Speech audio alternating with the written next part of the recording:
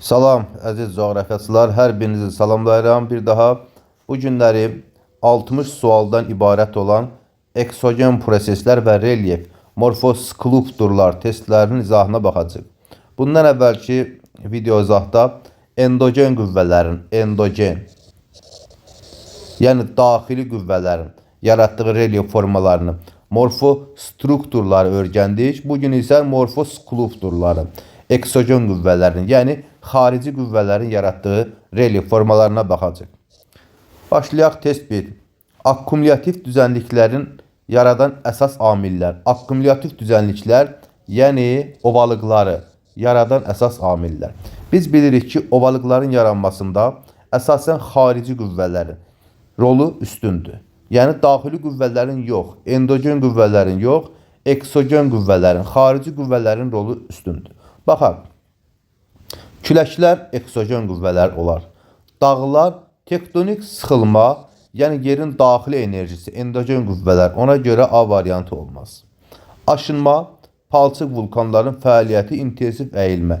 İntensiv əyilmə, palçıq vulkanları ümumiyyətlə yerin daxili qüvvələridir. Ona görə endogen qüvvələr olmaz. Axar sular, küləklər və buzlaqlar. Bəli, hər biri xarici, eksogen qüvvələrdir. Uyğun variantımız C variantıdır. Digərinə baxaq. Denudasiya, eroziya, tektonik hərəkətlər, yəni yerin daxili enerjisi olmaz. Burada da eynən endogen qüvvələr, yəni daxili qüvvələr olmaz. Bizə eksogen qüvvələr lazımdır. C variantı. İkinci suala baxaq. Sıxırların fiziki aşınması daha sürətlə baş verir. Fiziki aşınma nisbətən quru ərazilərdə, səhralarda daha sürətli baş verir. Gecələr həddindən artıq soyuq, gündüzlər isə həddindən artıq istinin mütəmadi gün ərzində təkrarlanması eroziyanın yaranmasına, yəni fiziki aşınmanın sürətlənməsinə səbəb olur. Tropik səhralar ən çox fiziki aşınmanın baş verdiyi ərazilərdir. Üçüncü suala baxaq. Karst prosesləri dedikdə nə başa düşülür? Yoldaşlar, karst prosesləri yuyula bilən suxurların yuyulması nəticəsində yarana bilən relyef formalarıdır. Bəzən qarışdırırlar karlarla. Karlar buzlaqların yaratdığı relyef formalarıdır. Bu karstlar isə yuyula bilən suxurların yaratdığı relyef formalarıdır. Baxaq, qayalarda kristallik suxurların səthə çıxması, xeyr, bu qalxan sipər adlanır. Barxanların əmələ gəlməsi, xeyr, barxanlar səhralarda olur, küləklərin təsirindən yaranan relyef formalarıdır. Torpaqların məhsuldarlığının artması, xeyr, aid deyil. Kar və sirklərin əmələ gəlməsi, xeyr, karla sirklər buzlaqların yaratdığı relyef formalarıdır. Suxurların yeraltı sular tərəfindən yuyulması, yəni yuyula bilən suxurların yeraltı sular tərəfindən yuyulması nəticəsində karst relyef formaları, misal üçün karst mağaraları yarana bilər. Misal üçün, bax, burada Sloveniyada, Avropanın cənubunda, ümumiyyətlə Avropanın cənubunda karst relyef üstünlük təşkil edir. Bax, bu hissədə Sloveniya ərazisində 20 kilometr uzunluğunda karst mənşəli Postoy mağarası da mövcuddur. Dördüncü suala baxaq. Dördüncü dövr buzlaşmasının daha çox rol oynadığı düzənliklər. Dördüncü dövr, yəni sonuncu dövr olan Kaynazoyun antropogen mərhələsində dördüncü dövründə buzlaşmanın daha çox rol oynadığı düzənlikləri müəyyən edin. Yoldaşlar, dördüncü dövrün buzlaşmasından bir Avropanın şimal hissələri məruz qalıb, bir də Şimali Amerikanın şimal hissələrində dördüncü dövrün buzlaşması daha çox təsir edib. Turan ovalığı, xeyr, Turan ovalığında, bax bu hissədə. Yəni Turan ovalığında buzlaşmaya məruz qalmayıb bu ərazidə. Həmçinin Mississippi ovalığı, bax bu hissə, buzlaşmaya məruz qalmayıb. Xəzəryanı ovalıq tamamilə məruz qalmayıb. Xəzərin şimalında, bax bu hissələrdə buzlaşma olmayıb. Amazon ovalığında ümumiyyətlə ekvatoral ərazidə olmaz. Şərqi Avropada isə buzlaşmaya məruz qalmış ərazilər mövcuddur. Yəni, bax bu hissədə. Misal üçün, belə deyim də, Rusiyanın şimal hissələrində buzlaq mənşəli misal üçün göllər mövcuddur Avropa hissəsində. Ona görə Şərqi Avropa, Avropanın şimalı da olsa buzlaşmaya məruz qalıb.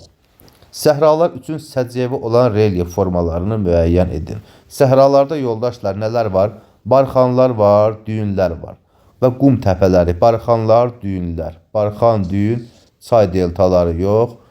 Qobular, kanyonlar xeyir. Yarğanlar, qobular xeyir.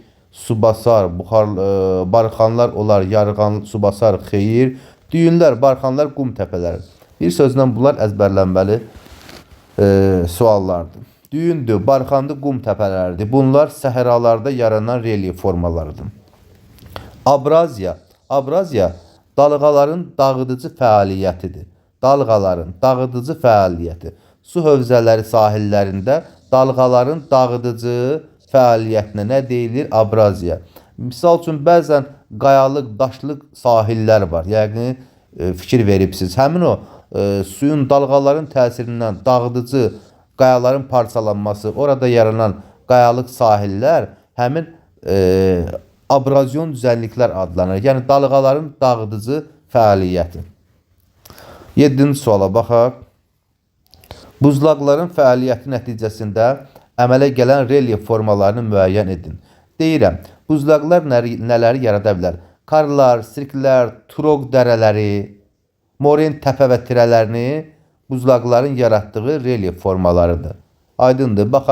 Baxın, turoq dərələri, təknavari dərələri, karlar, sirklər, bunlar buzlaqların yaratdığı relyef formalarıdır. Yarğanları akarsular yaradar. Aydındır. Sonra çay dərələri yenə akarsular yaradar. Moren təpələri olar, karst düyünlər səhralarda olar. Barxanlar səhralarda, kanyonlar akarsular yaradar. 8-ci suala baxaq. Akarsuların fəaliyyəti nəticəsində əmələ gələn relyef formaları. Akarsuların fəaliyyəti nəticəsində əmələ gələn relyef formaları. Akarsular dağdan düzənliyə çıxan hissələrdə gətirmə konuslarını gətirib toplayar. Bəli, gətirmə konuslarını. Estuarilər. Akarsular, misal üçün deyim də, qabarma çəkilmə hadisəsi baş verəndə çayların hövzələrində, hər hansısa bir, misal üçün müqəddəs Lavrenti çayı olsun və yaxud da Amazon olsun, suyun qabarmasının çəkilməsi nəticəsində estuarilər baş verir və bunlar da bir sözlə akarsuların fəaliyyətidir. Çay deltaları da həmçinin akarsuların fəaliyyətidir. Növbəti 9-cu suala baxaq. Nə soruşur bizdən? Alluvial düzənliklərin yaranmasının səbəbi. Alluvial düzənliklərin yaranmasının səbəbi. Bax, belə deyim. Bayaq dediyim kimi, çayların axdığı dağlıq ərazilərdən axanda, onun düzənliklərə çıxdığı hissələrdə, misal üçün belə deyim də, bax, olsun, misal üçün Mississippi çayı. Mississippi çayının bir qolu, misal üçün, başlayır böyük düzənliklərdən. Başlayır gəlib düzənliyə çıxdığı hissələrdə onlar özündən gətirmə konusları gətirirlər. Yəni, çayların yatağının dağlıq hissələrdən yuyub gətirdiyi çöküntüləri düzənlik hissələrdə yaymasına deyirlər alluvial düzənliklər. Yəni, çayların gətirdiyi çöküntülərin müəyyən bir ərazidə toplanmasına deyirlər. 10-cu suala baxaq. Moren təpə və tirələrinin əmələ gəlməsinin səbəbi. Moren təpə və tirələri buzlaq, 4-cü dövrün misal üçün buzlaqlaşmasından qalan olsun. Ümumiyyətlə, yüksək dağlı ərazilərdə buzlaqların aşağıya doğru hərəkət etməsinə moren təpə və tirələri deyirlər. Bunlar ən çox, misal üçün, 4-cü dövrün buzlaşmasından qalan moren təpə və tirələri olar. Onların da misal üçün ən çox müşahidə edildiyi, hamının bildiyi Finlandiyada moren təpəsi var. Yəni, Avropanın şimal hissəsində Salpahukki moren təpəsi, tirəsi mövcuddur. Baxaq, bizdən nə soruşur? Moren təpə və tirələrinin əmələ gəlməsinin səbəbi. Yəni, bir sözlə buzlaqlar. Buzlaqların nəyi? Fəaliyyəti. Yəni, baxaq, G variantına baxın. Sonra 11-ə baxaq. Böyük səhrada fiziki aşınmanın güclü baş verməsinin səbəbi. Yoldaşlar, böyük səhrada fiziki aşınmanın güclü baş verməsinin səbəbini sizə deyim. Gecələr 0 dərəcə, -1 dərəcə şaxta, gündüzlər 40-50-45 dərəcə isti. Hər gün bu proses təkrarlandıqca suxurlar fiziki aşınmaya məruz qalır. Yəni bir sözlə sutkalıq temperatur amplitudu çox olur. Gecələr 0 dərəcə, gündüzlər 40 dərəcə. Hər gün 40 dərəcə temperatur dəyişməsi baş verir. Bu mütəmadi olaraq hər gün təkrarlandıqda suxurlar fiziki aşınmaya məruz qalır. Yəni sutkalıq temperatur amplitudunun böyük olması. Antropogen təsir, yəni insanın nə əlaqəsi fəaliyyətinin qədim kristalik bünövrənlə heç bir əlaqəsi yoxdur. Aralıq dənizindən gələn hava axınları qətiyyən, Aralıq dənizindən hava axınları gəlirsə, misal üçün, okean üzərindən və yaxud da dəniz üzərindən hava gəlirsə, həmin ərazi rütubətli olsun da. Yəni, niyə ki, quru səhra olsun? İsti okean cəryanlarının təsiri, xeyr, isti okean cəryanları əraziyə bol rütubət gətirər, yağıntı gətirər. Ona görə Y də səhv fikirdir. 12-yə baxaq. Kanyonların əmələ gəlməsi üçün zəruri olan şərait. Kanyonların əmələ gəlməsi üçün zəruri olan şərait, baxın, variantlara baxmadan ümumi məlumat verim ki, kanyonlar hansı ərazilərdə baş verə bilər? Orada çayların axdığı suxurlar, çayların axıb keçdiyi ərazilərdə suxurlar yuyula bilən olsun ki, və çay dib eroziya verdikcə, təsir elədikcə, dib eroziya göstərdikcə çayın dərinliyi, çay yatağının dərinliyi artsın və kənarları sıldırımlı olsun, uçurumlu olsun və kanyon yaransın. Baxaq, qədim kristallik suxurların və platformaların olması, xeyr, nə əlaqə? Relyefin çox meyliliyi və əsasən yuyula bilən suxurların üstünlük təşkil etməsi, bəli. C variantına baxaq. Bərk suxurların və gürsülü, xeyr. Bərk suxurlar olsa, çayın dibi daha çox dərinləşməz, kanyon əmələ gəlməz. Buzlaqların geniş yayılması, xeyr. Buzlaqlarla nə əlaqə? Dik yamazlar, quru iqlim şəraiti. Dik yamazlar və quru iqlim şəraiti, xeyr. Əsasən yuyula bilən suxurların olması. Buzlaq relyef formaları. Təknavari troq dərələri. Buzlaqlar ümumiyyətlə bildiyimiz kimi hansı relyef formalarını yarada bilər? Deyirəm bir də karlardır, sirkilərdir, troq dərələridir, moren təpə və tirələridir. Bunlar buzlaqların yaratdığı relyef formalarıdır. Bir də buzlaqların yaratdığı, ümumiyyətlə buzlaqların təsirinə qilyasologiya deyirlər. Qilyasologiya. Yəni buzlaqlar haqqında elm qilyasologiya. Baxaq, təknavari troq dərələri, karlar və sirklər, yəni elə A variantı bizə lazım olan variantdır. Meandrlar çaylardır, çayların yaratdığı relyefdir, olmaz. Terraslar həmçinin, qobular quraq ərazilərdə, təknavari troq dərələri, yaylalar, ovalıqlar, xeyr, əlaqə yoxdur. Tirələr, yarğanlar, əlaqə yoxdur. 14-ə baxaq, akkumulyativ relyef formaları. Yəni ovalıqlar, akkumulyativ relyef formaları, yəni düzən ərazilər, söhbət ovalıqlardan gedir. Baxaq, yarğanlar, təknavari troq dərələri və terraslar. Nə əlaqə? Troq dərə, yəni buzlaqların yaratdığı əksəriyyəti bunların. Deltalar, gətirmə konusları, moren təpələri. Demək, deltalar, gətirmə konusları deyir, moren təpələri. Uyğun gəlir bu. Ona görə ki, belə deyim də, deltalar, gətirmə konusları, ümumiyyətlə, akkumulyasiya sözünün mənası toplanma deməkdir də, gətirib hər hansısa bir ərazidə toplanma. Misal üçün, bax, vaxtilə Qiviyana yaylasından fikirləşin. Qiviyana yaylasında aşınma gedib, yaylanın üst hissələri parçalanıb və buradakı suxurlar zaman-zaman, misal üçün, akkumulyasiya məruz qalıb, gəlib Orinoco ovalığında misal üçün toplanıb. Yəni, bir sözlə toplanma baş verim. Haradansa gəlib çökək bir ərazidə suxurların toplanması. Deltalar eynən. Çaylar yüksək ərazilərdən axdıqca gəlib çökək düzənlik ərazilərdə suxurları toplayıblar. Həmçinin gətirmə konusları bu vəziyyətdə.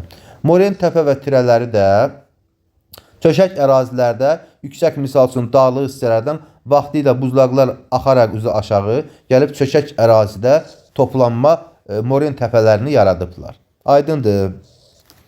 15-ci suala baxaq. Eksorasiya dediyimiz kimi nədir? Eksorasiya buzlaqların fəaliyyətidir. Eksorasiya buzlaqların fəaliyyətidir.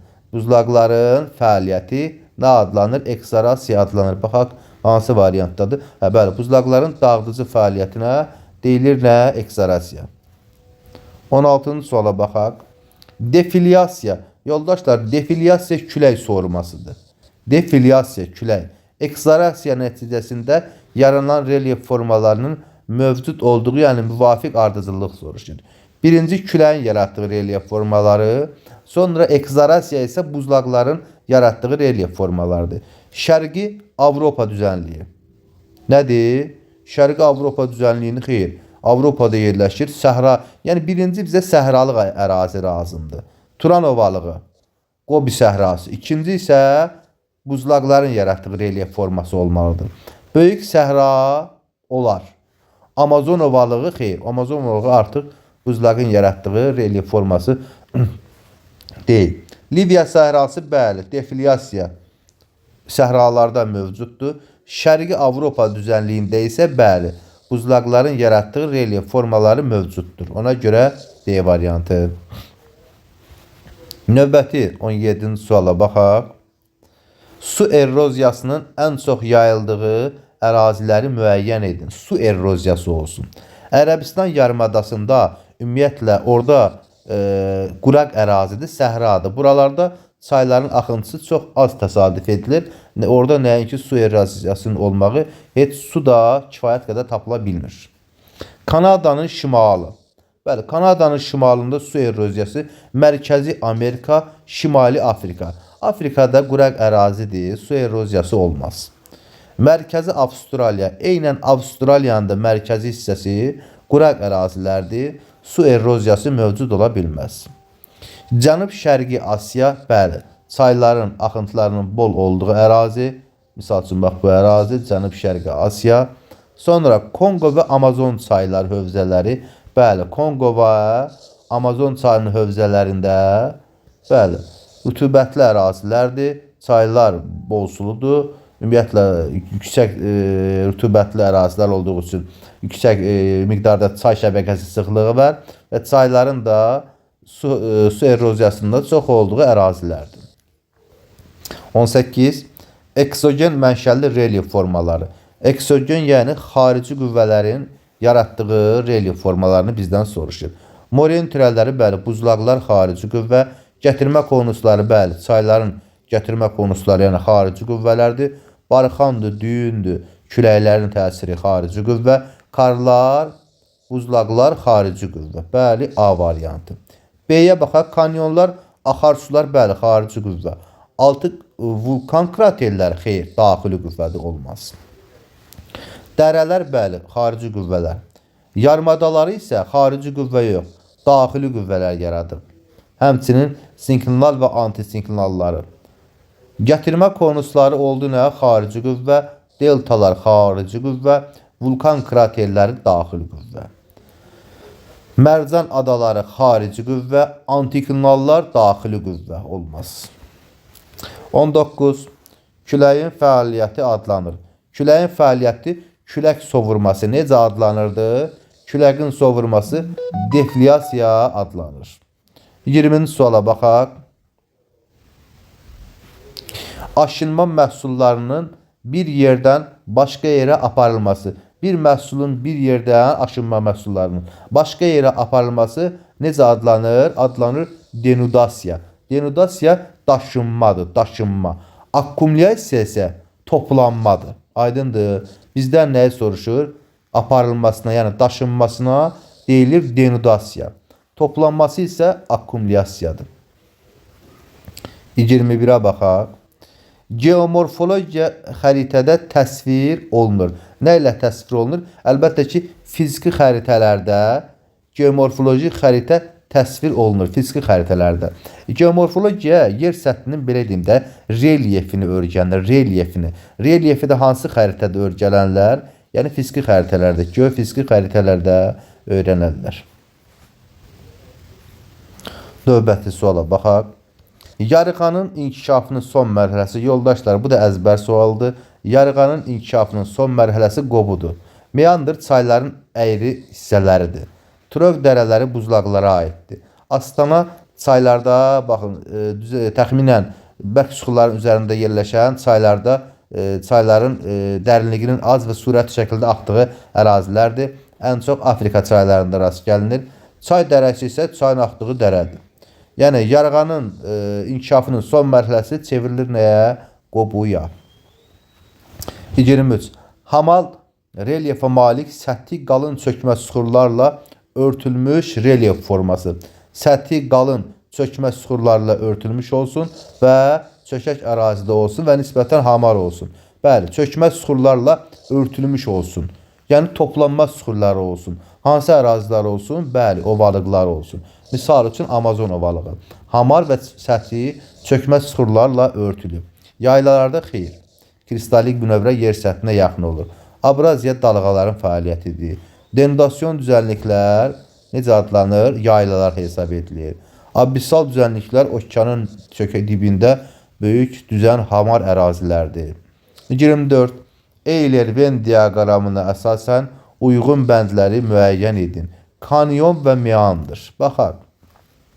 Meandr nə idi? Düzən çaylarda çayın əyri hissələri. Kanyon isə əsasən dağ çaylarında, meyilli çox olan çaylarda yuyula bilən süxurların çay yatağı boyu yuyub dərinləşdirdiyi ərazi kanyon adlanır. Dağ çaylarının yumuşaq əhəng daşlı süxurlarını kəsib keçdiyi hissədə yuyur, aparır və nəyə çevrilir? Kanyona çevrilir. Çay özünü yeni yataq yaradır. Bəli, düzən ərazilərdə çay istiqamətini dəyişərək özünə bir yeni yataq yaradır. Bu adlanır nə? Meandr. Bəzən bu meandrlarda qapanmalar baş verir. Bu ərazidə görürsən axmaz göllər də əmələ gələ bilir. Eroziya prosesi nəticəsində yaranır.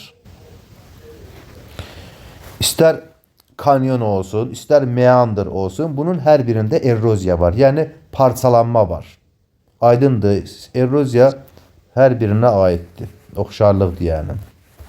Digərinə baxaq. Meyilliliyi çox olan ərazilərdə ensiz və dərin dərələr əmələ gətirir. Bəli, söhbət gedir kanyondan. Kürd çayının aşağı axarlarında formalaşır. Düzənlik çayıdır və söhbət gedir meandrdan. D getdi nəyə? D getdi kanyona. Y də getdi meandra.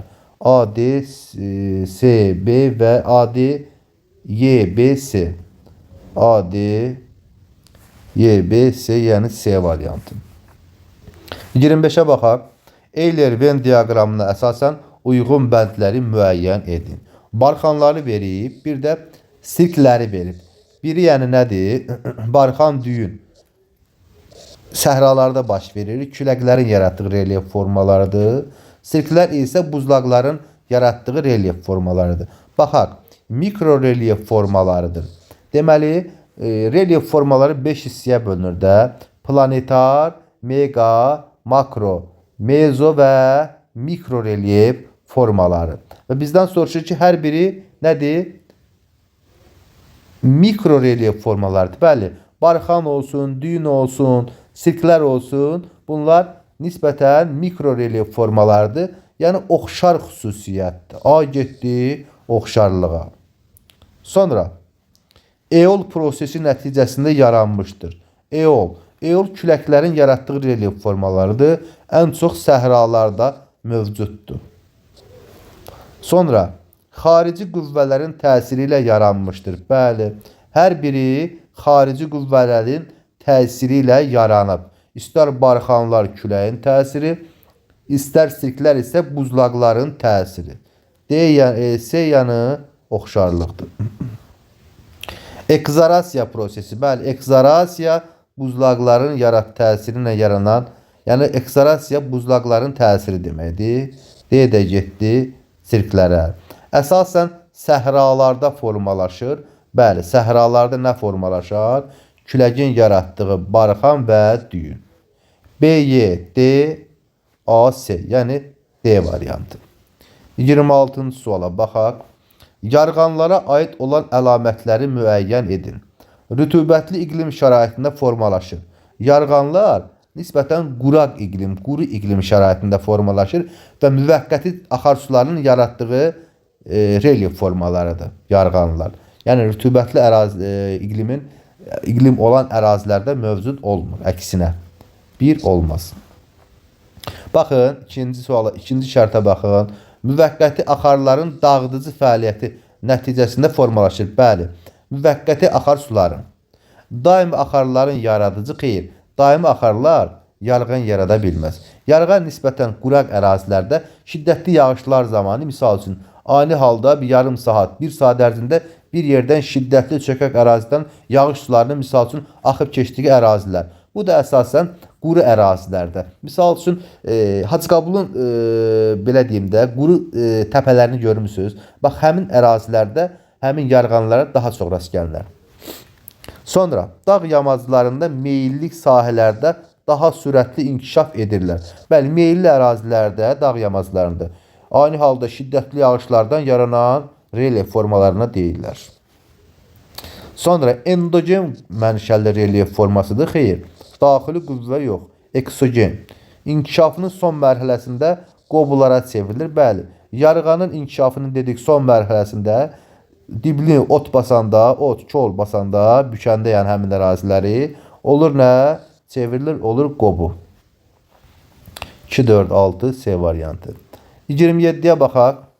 Ekzarasiya nəticəsində əmələ gələn relyef formaları. Ekzarasiya buzlaqların fəaliyyəti. Çay dərələri yox. Troq dərələri olar, karlar olar, sirklər olar. Yəni B variantı. Yarğanlar xeyir. Deltalar xeyir. Kars mağaraları xeyir. Moren təpələri olar, meandrlar olmaz, düyünlər olmaz. Sirklər olar, barxanlar olmaz, qobular olmaz. 28. Sürüşməyə qarşı aparılan əsas mübarizə tədbirləri. Baxın, yoldaşlar, meyilli ərazilərdə sürüşmələrin qarşısını almaq üçün onlara bərkidici işlər görülür. Bərkidici işlər. Misal üçün, drenaj sisteminin yaradılması, həmin ərazilərdə ağac əkinləri aparılır. Bərkidilir, yəni həmin ərazilər ki, orada nə olmasın? Sürüşmə olmasın. Fikir verin, drenaj sisteminin yaradılması və meşə zolaqları salınır həmin ərazilərdəki sürüşmələr olmasın. Drenaj sistemi nə idi? Misal üçün, həmin ərazilərdə, belə deyim də, həmin meyilli ərazilərdə dərin hissələrdən suların toplanıb axıdılması üçün müəyyən görülmüş tədbirlərdir ki, həmin əraziləri sürüşməyə məruz qalmasın. Yəni, oradakı zinət suları, belə deyim, yeraltı sular həmin ərazinin sürüşməsin, toplansın və oradan kənarlaşdırılsın ki, sürüşmə baş verməsin. 29. Sürüşmə hadisəsini yaradan əsas amillər nələrdir? Baxaq. Çaylarda şəlalələrin olması, xeyr, şəlalənin sürüşməylə heç bir əlaqəsi yoxdur. Fikir verin, qurunç sularının səviyyəsi, bəli, bayaq dediyim kimi, drenaj sistemi qurunç sularını çəkir ki, sürüşmələrə səbəb olmasın meyilli ərazilərdə. Atmosfer yağıntılarının miqdarı, bəli, hava atmosfer yağıntıları çox yağarsa, həmin ərazilərdə sürüşmələr baş verə bilər. Bu da necə baş verir, deyim sizə. Əsasən sürüşmələr, fikir verin, belə bir təpə var və əsasən altı bərk suxurlardan ibarətdir. Üzündə müəyyən qədər çökmə suxur toplanmış bir suxur layı var. Nə baş verir? Yumşaq suxurdur üstəki. Bax, yağıntı yağan zaman bu yumşaq suxurun altına keçir və bu bərk suxurdan aşağı keçə bilmir. Və bərk suxurla yumşaq suxurun arasında sürüşkənlik yaradır və bu üstəki yumşaq suxur rahatlıqla aşağıya doğru sürüşə bilir. Bax, bunun yaranma səbəbi, daha doğrusu yaranması bu formada baş verir. Atmosfer yağıntılarının miqdarı, bəli, səbəbdir. Səthin meyilliliyinin, bəli, çox olması, meyilliyi çox olan ərazilərdə, bəli, sürüşmə intensiv gedir. Növbəti 30-cu suala baxaq. Relyefin əmələ gəlməsinə təsir edən xarici amillərə aiddir. Relyefin əmələ gəlməsinə təsir göstərən xarici amillərə nələr aiddir? Baxaq. Yer qabığında dərinlikdən asılı olaraq temperaturun dəyişməsinin relyefin yaranmasına, yəni nə əlaqəsi? Sutkalıq temperatur amplitudu, bəli. Misal üçün, relyefin yaranmasında, misal üçün, səhraların formalaşmasında sutkalıq temperatur amplitudunun yüksək rolu var ki, gecələr həddindən artıq soyuq, gündüzlər isti. Bu mütəmadi olaraq hər gün təkrarlandıqca orada suxurlar parçalanır fiziki aşınmaya məruz qalır və süxurlar çevrilir qum dənələrinə. Sonra fəal antropogen amillər. Bəli, müəyyən qədər belə deyim, bir ərazidə, quraqlıq bir ərazidə insanlar ora təsir edərək, misal üçün, orada meşələr salarlar, həmin ərazilərə, kanallarla sulama sistemi salarlar və oranın vəziyyətini dəyişərlər. Yəni, bir ərazinin relyefini dəyişərlər. Misal üçün, yarım səhradan çevirərlər həmin ərazini rütubətli əraziyə. Təsir görsədə bilərlər. Yəni, insanın təsiri olar. O, olar antropogen təsir. Bəli, səth sularının fəaliyyəti də həmin ərazinin relyefini, yəni relyefinin müəyyən formada digər formaya çevrilməsinə səbəb ola bilər. Ancaq litosfer tavaları bu xarici qüvvə deyil də, orada bir relyefin formalaşmasına təsir görsədə bilməz. Bilər daha doğrusu, amma bizdən konkret xarici amilləri soruşduğu üçün bu götürə bilmirik yəni. Bizə eksogen qüvvə, xarici qüvvə lazımdır. Sonra 31'ə baxaq. Relyef formalarını mənşə, bir də bunu deyim 31'ə izah eləməmişdən əvvəl. Ümumiyyətlə bir ərazidə relyefin formalaşmasında ilk öncə daxili qüvvənin bir rolu var. Misal üçün, daxili qüvvələrin nəticəsində dağlar yaranır. Sonra zaman-zaman xarici qüvvələr, yəni eksogen qüvvələr. Misal üçün, dağlar milyon illər keçəndən sonra çevrilir olur qədim dağlar. Onun üzərini parçalayır və həmin süxurları aşındırır. Misal üçün, həmin ərazidə yaylalar yarana bilir. Aydındır. Deməli, misal üçün, yaylaların yaranmasında həm daxili qüvvələrin, həm də xarici qüvvələrin bir rolu oldu. Yəni, bunu da bilmək lazımdır. 31. Relyef formalarının mənşələrinə görə qruplaşdırın.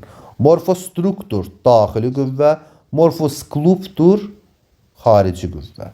Yarğanlar oldu nə? Xarici qüvvə. Getdi birə. Qırışıq dağlar, cavan dağlar, onları daxili qüvvələr yaradır. Çay dərələri, xarici qüvvələr. Dağ arası çökəkliklər, müəyyən bir dağın arası çökəklik varsa, dağlıq ərazidir. Yəni, bunun yaranmasında daxili qüvvələrin rolu var. Orta okean dağ silsilələrini də bəli, daxili qüvvələr yaradır. Moren tirələri buzlaqların yaratdığı relyef formasıdır. Onu isə xarici qüvvələr yaradır.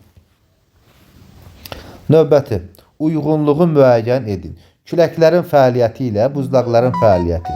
Yarğan qobular. Nələrdir bunlar? Yarğanların, qobuların yaranması küləklərin xeyr, nə küləyin fəaliyyətidir, nə də ki, buzlaqların fəaliyyəti. Yarğanla qobu axar suların fəaliyyətidir. Olmaz. Barxanlar və düyünlər oldu nəyin? Eol relyef formasıdır. Yəni, küləklərin yaratdığı relyef formalarıdır. Sirklərlə Turok dərələri isə buzlaqların yaratdığı relyef formalarıdır. 33. Uyğunluğu müəyyən edin. Fikir verin, axar suların fəaliyyəti, küləklərin fəaliyyəti. Barxanlar, düyünlər haradadır? Səhradadır, küləyin fəaliyyətidir. Barxanla düyün. Sonra yarğanlar axar sulara aiddir. Sonra gətirmə konuslarında axan sulara aiddir. Dediyimiz kimi dağlıq ərazilərdən sular, çaylar vasitəsilə müəyyən bir süxurları gətirib düzən ərazilərdə toplayırlar və nəyə əmələ gətirirlər? Gətirmə konuslarını. Növbəti, moren tirələri buzlaqlara aiddir. Sonra nə vardı burada? Qaldı düyünləri dedik, hara aiddir? Getdi küləyə aiddir. Bax belə, yalnız moren tirələri buzlaqlara aiddir. 34. Yeraltı sular əmələ gətirir. Yeraltı sular görək nəyi əmələ gətirə bilər? Baxaq, Kars mağaralarını bəli, yuyula bilən süxurları yuyarlar, Kars mağaralarını əmələ gətirə bilərlər. Sürüşmə hadisələrini bayaq dedik, bəli, sürüşmə hadisələrini əmələ gətirə bilirlər. Kars qıflarını da bəli, yuyula bilən süxurları yuyar, müəyyən ərazidə torpağın çökməsi baş verə bilər və kars qıflarını yaradarlar. Aydındır. Növbəti 35'ə baxaq. Nə istəyir bizdən? Cədvələ əsasən fiziki aşınmanın daha sürətli getdiyi məntəqələri müəyyən edir. Fiziki aşınmada sutkalıq temperatur amplitudu çox olmalıdır. Yəni gecə ilə gündüz arasında temperatur fərqi çox olmalıdır. Baxaq, gecə 19 dərəcə, gündüz 23 dərəcə. Yəni 4 dərəcədir fərq. 17 dərəcə, 20 dərəcə. 3 dərəcədir fərq. 5 dərəcə, 40 dərəcə. Fikir verin, 35 dərəcədir fərq. 15, 18, 3 dərəcə. 4, 10 dərəcə, 6 dərəcə. Fikir verin, ən çox amplituda olduğu 3-cü məntəqədə 5 və 40 dərəcə. Gecə ilə gündüz arasında təxminən 35 dərəcə temperatur fərqi var. Və həmin ərazilərdə də fiziki aşınma daha sürətli gedər. Misal üçün, səhralar. 36. Xarici qüvvələrin təsiri nəticəsində sıxırların parçalanması, daşınması və çöktürülməsi prosesi müvafiq olaraq necə adlanır? Baxaq, sıxırlar deyir ki, parçalanırlar, daşınırlar, sonra gətirib çöktürülürlər. Parçalananda nəyə məruz qalırlar? Aşınmaya. Daşınanda denudasiya prosesi baş verir, daşınma. Bir ərazidə gətirilib çöktürülürsə, çöktürülmə isə akkumulyasiya adlanır. Fikir verin, daşındığı ərazilər denudasyon düzənliklərə çevrilir. Nələrə? Yaylalara. Gətirib bir ərazidə çöktürülürsə, həmin ərazi akkumulyativ düzənliklər adlanır. Misal üçün ovalıqlar. İndi fikir verin, bax burada eynən bir nümunə deyim sizə. Bax bunu da yadda saxlayasınız ki, əksər hallarda bir yaylanın yanında, yaxınlığında bir ovalıq olur. Çox hallarda bu formada olur. Misal üçün Braziliya yaylası yayla parçalananda vaxtilə aşınmaya məruz qalıb birinci. Sonra burada sıxırların yer dəyişməsi baş verir. Bir yerdən digər yerə daşınıblar. Daşınmaya nə deyirlər? Denudasiya, daşınma. Daşınıblar deyimi bu ərazidən, həmin bu ərazi olub denudasyon düzənliklərə çevrilir. Yəni yaylalara. Bu sıxırlar daşınandan sonra gəlib misal üçün Braziliya yaylasının kənarında Amazon ovalığında toplanıblar. Toplanıblarsa bu ərazilərdə, çöküblərsə bu ərazilərdə, həmin ərazilər akkumulyativ düzənliklər baş verib. Çünki orada akkumulyasiya baş verib, toplanma baş verib. 37. Aşınma, akkumulyasiya və denudasiya və eroziya proseslərinin ümumi əlamətləri nədən ibarətdir? Baxın. Aşınma. Aşınmanın səbəbi nədir? Aşınmanın baş verməsinin səbəbi nədir? Xarici qüvvələr. Sonra akkumulyasiya. Qüvvə təsir göstərib deyir. Sonra denudasiya. Və eroziya. Bir sözlə xarici qüvvələrdən söhbət gedir də. Hansı qüvvələr? Eksogen qüvvələr. Misal üçün, baxaq variantlara. Daxili qüvvələrin dağıdıcı. Xeyr, aşınma, akkumulyasiya, denudasiya, eroziya bunlar hamısı xarici qüvvələrdir. Xarici qüvvələrdir. Okean dibində gedən endogen proseslər xeyr. Daimi küləklərin üstün təsirindən yaranırlar. Daimi küləklərdən yaranmır bunların hamısı. Vulkan püskürmələri nəticəsində xeyr. Daxili qüvvə yox. 38. Fiziki aşınmanın daha fəal baş verdiyi dağlıq yaylalar. Fiziki aşınma quru ərazilərdə, quraq ərazilərdə daha fəal baş verər. Quraq ərazilərdə. Həmin ərazilər misal üçün Afrikada yerləşən Şahid dağları misal çəkə bilərik. Şahid dağlar. Hansı dağlar? Fikir verin.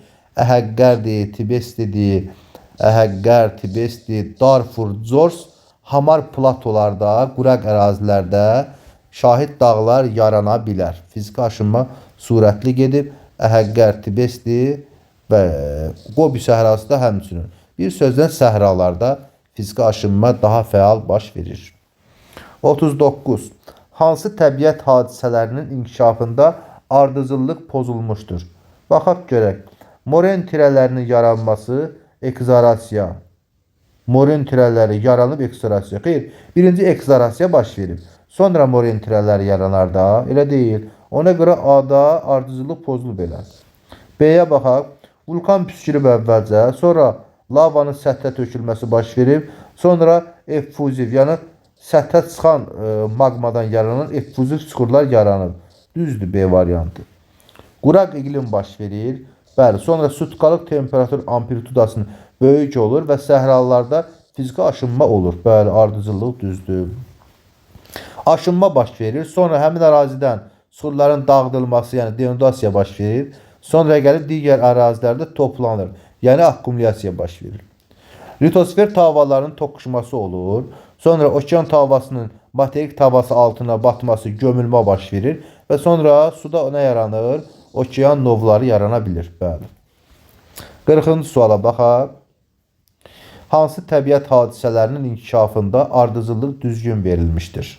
Baxaq, barxanların yaranması, birinci külək soğurması, deflyasiya baş verir. Sonra qumlar bir yerə yığılaraq barxanı düyünə əmələ gətirə bilirlər. Moren tirələrinin yaranması, birinci ekzarasiya baş verir, sonra moren tirəsi yaranır. Bizə deyir ki, düzgün ardıcıllıq. Litosfer tavalarının toqquşması baş verir. Seismik proseslər, yəni orada zəlzələlər baş verə bilir. Və bəli, seismikdən sonra yəni zəlzələ baş verirsə, elə C variantında düzgün ardıcıllıqdır. Denudasiya baş verir, aşınma. Xeyr, birinci aşınma olur. Sonra həmin ərazilərdən suxurların daşınması, yəni denudasiya baş verir. Mağaraların yaranması, xeyr, karst proseslər birinci yuyulma baş verir, sonra mağara yaranır. 41-ci suala baxaq. 4-cü dövr buzlaşmasının əmələ gətirdiyi relyef formaları daha geniş yayıldığı düzənliklər. 4-cü dövrün buzlaşmasının haradaydı? Avropanın şimalında və yaxud da Şərqi Avropada 4-cü dövrün buzlaşması daha aydın müşahidə edilirdi. Harada? Bax bu hissələrdə. 4-cü dövrün buzlaşması daha aydın müşahidə edilmişdi. Baxaq, Turan ovalığında xeyir, misal üçün Orta Sibir yaylası, Qərbi Sibir ovalığı, Böyük Çin düzənliyi əsla. Qərbi Sibir ovalığı, mərkəzi düzənliklər Mississippi ovalığında əsla. Xəzəryanı ovalıq, mərkəzi düzənliklər Padan ovalığı, xeyr, əsla. Şərqi Avropa düzənliyi, Almaniya Polşa ovalığı, Şimali Sibir, bəli. Şərqi Avropa düzənliyi, Almaniya Polşa ovalığı, bir də Şimali Sibirdə. Bu hissələrdə nələr baş verib? 4-cü dövrün buzlaşması aydın müşahidə edilib. Sonra 42. 4-cü dövr buzlaşmasının əmələ gətirdiyi relyef formalarının daha geniş yayıldığı ərazilər. Eynən yenə 4-cü dövrün buzlaşmasının geniş yayıldığı əraziləri bizdən soruşur. Dediyimiz kimi Şərqi Avropadır. Avropada nədir? Şərqi Avropa. Sonra Avropanın şimali Skandinaviya yarımadası, Şərqi Avropa, Skandinaviya yarımadası, Şərqi Avropa, bir də hara? Mərkəzi düzənliklər. Amerikada böyük göllərin yarandığı ərazilər. Fikir verin, mərkəzi düzənliklər. Eynən burada 4-cü dövrün buzlaşmasından qalan böyük göllər qrupu da mövcuddur. 43-ə baxaq. Doğru sıraları müəyyən edin. Ərazi mərkəzi ovalıq akkumulyasiya prosesləri nəticəsində yaranmışdır. Mərkəzi ovallıq. Söhbət gedir haradan? Avstraliyanın mərkəzindən. Mərkəzi ovallıq. Avstraliyanın mərkəz hissəsi. Sonra böyük su ayırıcı dağlar. Böyük su ayırıcı dağlarda materikin şərqində yerləşən qırışıq faylı dağlardır. Xeyr, faylı dağlardır. Qırışıq faylı dağlar Altay sayan Tianşan dağlarıdır. Yenidən fəallaşmış dağlardır. Yəni 2 səhvdir. Nallar-Bor düzənliyi. Baxaq bu hissədə. Böyük Avstraliya körfəzinin sahillərində yerləşir. Böyük Avstraliya körfəzini, bax burada Böyük Avstraliya körfəzi var. Bəli, onun sahillərində yerləşir. Eynən düzgün fikirdir. Mərkəzi düzənliklər ABŞ-da yerləşir. Bax bu hissədə. Mərkəzi düzənliklər. Nə soruşur bizdən? Fəal seismikliyə malikdir. Xeyr, ümumiyyətlə Amerikanın seismiklik qərb hissəsindədir. Mərkəzində, şərqində yox. Ona görə səhvdir. Atlas dağları tropik işıqlanma qurşağında yerləşir. Atlas dağları haradadır? Afrikanın şimalında. Bax bu hissədə. Bura tropik işıqlanma qurşağıdır. Xeyr, tropik işıqlanma qurşağı bax bu tropik xəttindən cənubda yerləşir. Yəni tropiklərin arasında. 1-3 Y variantı. 44. Barxanla moren. Barxan və düyün səhralarda olur. Fiziki aşınma, küləyin təsiri. Moren təpə və tirələri isə 4-cü ümumiyyətlə buzlaşmadır, ekzarasiyadır, buzlaqların fəaliyyətidir. Böyük Qafqazın yüksək dağlıq ərazilərində rast gəlinir, əlbəttə ki, buzlaqlar. Avrasiya materikində yayılmışdır. Avrasiyada həm buzlaq var, həm də Qobi səhrası, misal üçün Tar səhrası. Yəni barxan düyün də var. Həmçinin Avrasiyada, Ərəbistanda ki, nəhəng səhralar, qum səhraları. Bir sözlə Avrasiyada həm buzlaq var, həm də barxan və düyün var. Sonra sutkalıq temperatur amplitudunun böyük olduğu. Yoldaşlar, sutkalıq amplituda deməli demişdik harda çoxdur? Səhralarda, barxanların, düyünlərin olduğu ərazilərdə. Tropik enliklərdə daha çox yayılmışdır. Nələr? Səhralar. Barxan, düyün də haradadır? Səhralardadır. Xarici qüvvələrin təsirindən əmələ gəlir. Yəni barxan, düyün, küləkdən əmələ gəlir xarici qüvvə. Moren təpə və tirəllərdə buzlaqlardır. Hər biri xarici qüvvədir yəni. Daimi donuşluq, bəli, donuşluq deyirsə, söhbət buzlaqlardan gedir. Növbəti suala baxaq. Yenə Venn diaqramıdır. Ərəbistan yarımadası ilə Hindistan yarımadasının nəyini soruşur bizdən? Müqayisə olunmağı. Hindistan yarımadası və Ərəbistan yarımadası. Baxaq. Avrasiya materiki üçün yad qrup parçalarıdır. Hər biri Avrasiya üçün yad qrup parçalarıdır demişdik. Yerləşdiyi platformanın qalxan hissəsində zəngin filiz faydalı qazıntılar yerləşir. Filiz haradadır? Dekan yaylasında, yəni Hindistanda daha çoxdur. Eyni adlı tavanın hərəkəti nəticəsində Qırmızı dənizin sahəsi getdikcə genişlənir. Bəli. Ərəbistan tavası neyinir? Afrikadan kənarlaşır. Ona görə Qırmızı dənizin sahəsi demişdik ki, neyinir? Artır. Qədim Gondwana qurusunun tərkibinə aiddir.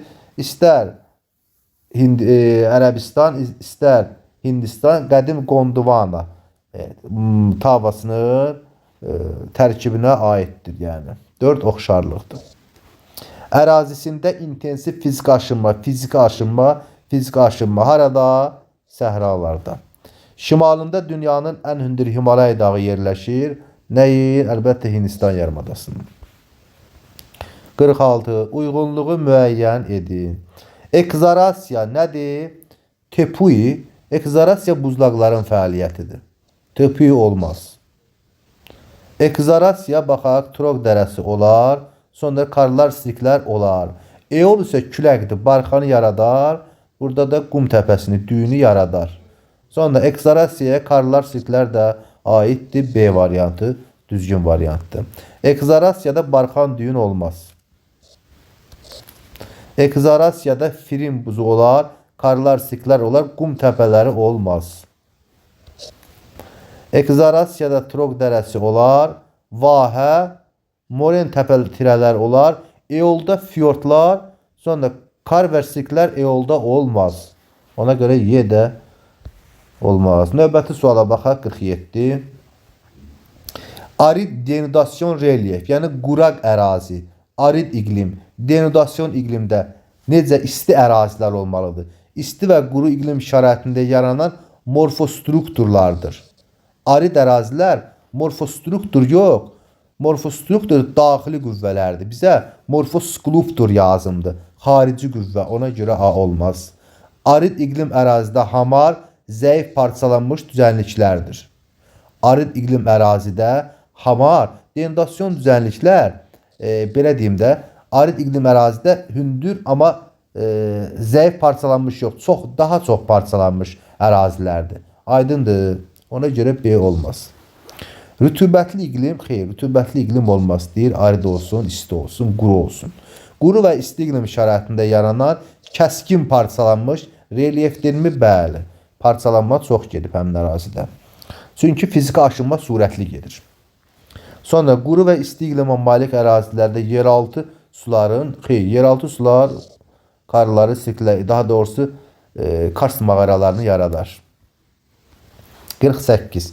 Akkumulyasiya prosesləri üçün əlverişli təbii şəraitin mövcud olduğu relyef formalarını müəyyən edin.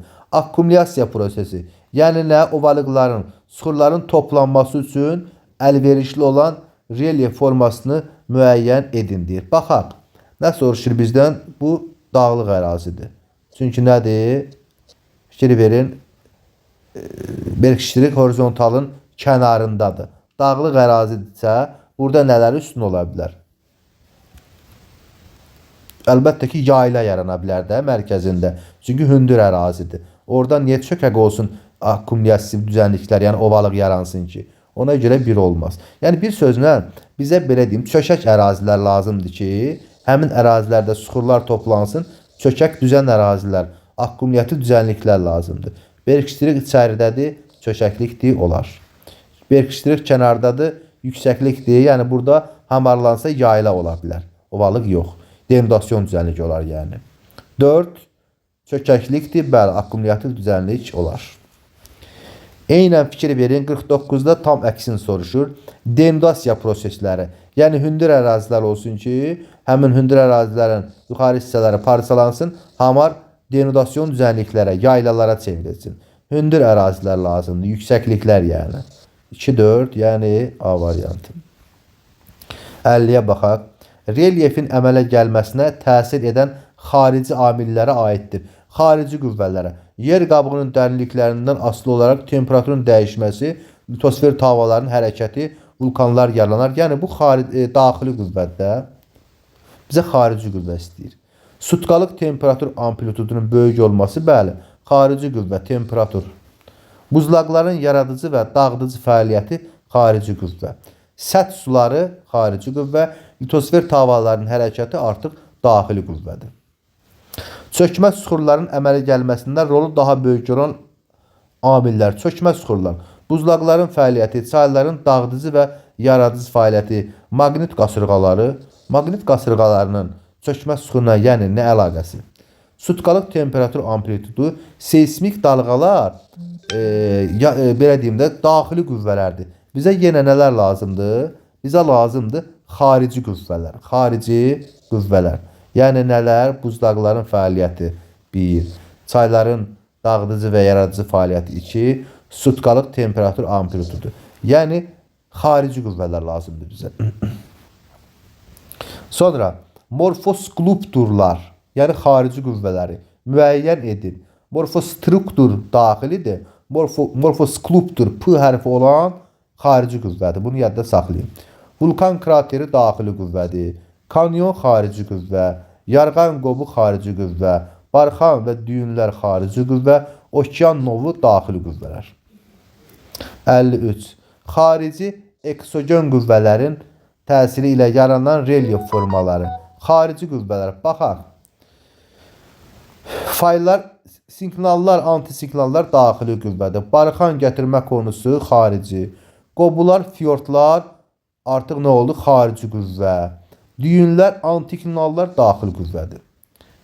Troq dərələri, yarğanlar xarici qüvvə, vulkanlar artıq daxili qüvvədə olmaz. 1, 2, 3, 5. 54-ə baxaq. 54-ə baxaq. Nə istəyir bizdən? Uyğunluğu müəyyən edir. Morfostrukturlar. Bir xarici qüvvə, daxili qüvvədir, daxili. Digəri isə morfoskulptur, xarici qüvvə. Yarğanlar və qobular nə oldu? Xarici qüvvə. Qırışıq dağlar daxili qüvvə. Sürüşmə nəticələrinin yaranan relyef formaları xarici qüvvə, yağıntılar. Dağarası çökəkliklər oldu nə? Oldu daxili qüvvə. Moren tirələri və təpələri oldu xarici qüvvə. 54. Eksogen xarici qüvvə. Bir xarici qüvvədir. 2 nədir? Daxili qüvvə, endogen. Baxaq, abrazyon terras. Əlbəttə ki, xarici qüvvə, eksogen. Okean, novlar daxili qüvvələrin təsirindən yaranır. Gətirmə konusları, çayların gətirdici xarici qüvvələr. Qobular, eynən müvəqqəti axan sular, xarici qüvvələr. Vulkan kraterləri artıq daxili qüvvələrdir. Kanyon, Troq dərəsi, mağara. Baxaq, karst prosesləri suları yuyur və yeraltı nələr əmələ gətirir? Mağaraları əmələ gətirir. Azərbaycanda da karst məşəlli mağaralar var, bilirsiniz. Misal üçün, Azıq mağarası karst məşəlli mağaradır. Bunu da bilmiş olasınız. Avropanın cənubunda Sloveniyada var, Poston mağarası. ABŞ-da da var, Flint Mamot mağarası. Bunlar hər biri karst məşəlli mağaralardır. Eol proseslər, külək. Nələr yaradar? Eol proseslər kanyon, mağara, Troq dərəsinin heç birini yaratmaz.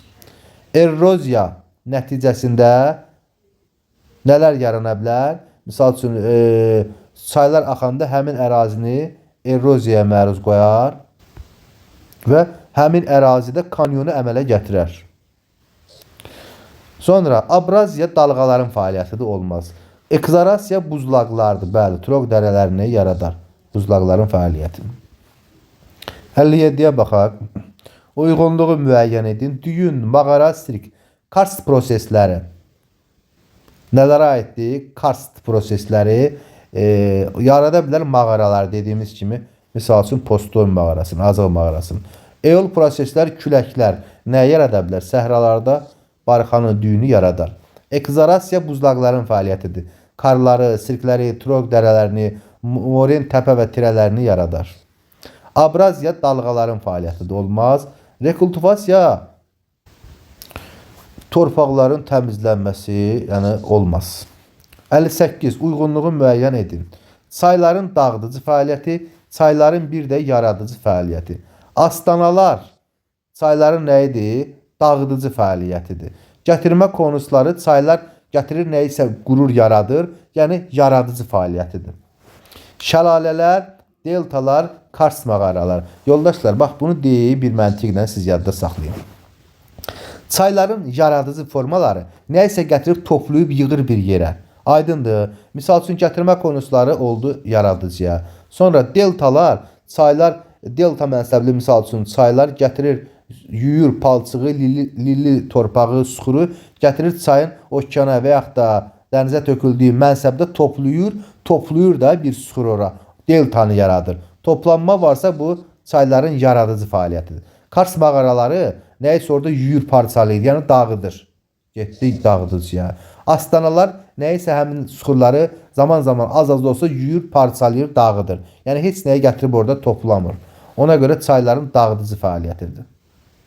Aydındır. Bir də fikir verin, burada Kars mağarası deyir. Yəni bu çaylara aid deyil də, ona görə Kars'ı götürə bilmərək heç birinə. Kars prosesləri çayların yox, yeraltı suların dağıdıcı fəaliyyətidir, belə deyim.